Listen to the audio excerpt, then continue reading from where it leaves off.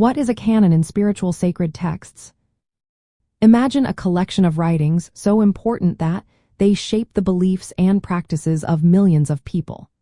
That's what a canon is in the world of spiritual sacred texts.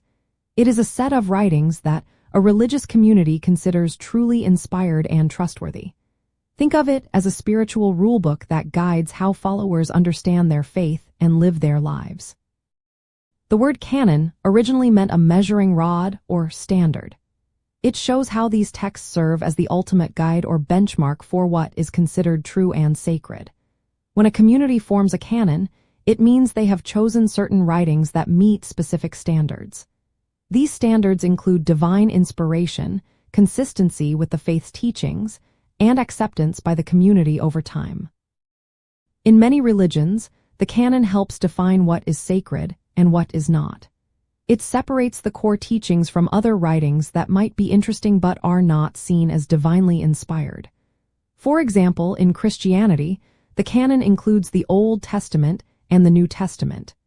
These books are seen as inspired by God and authoritative for faith and practice. Other writings outside the canon, even if they are historically or morally meaningful, are not considered part of the official sacred texts.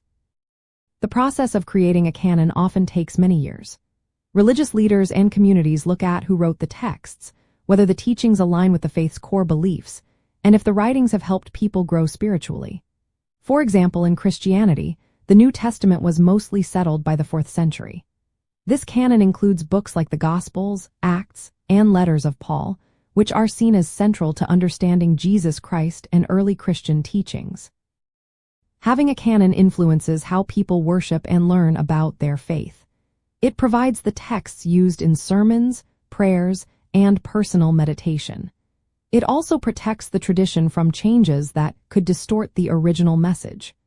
When someone studies the canon, they are engaging with the foundational words that have been preserved to guide their spiritual growth.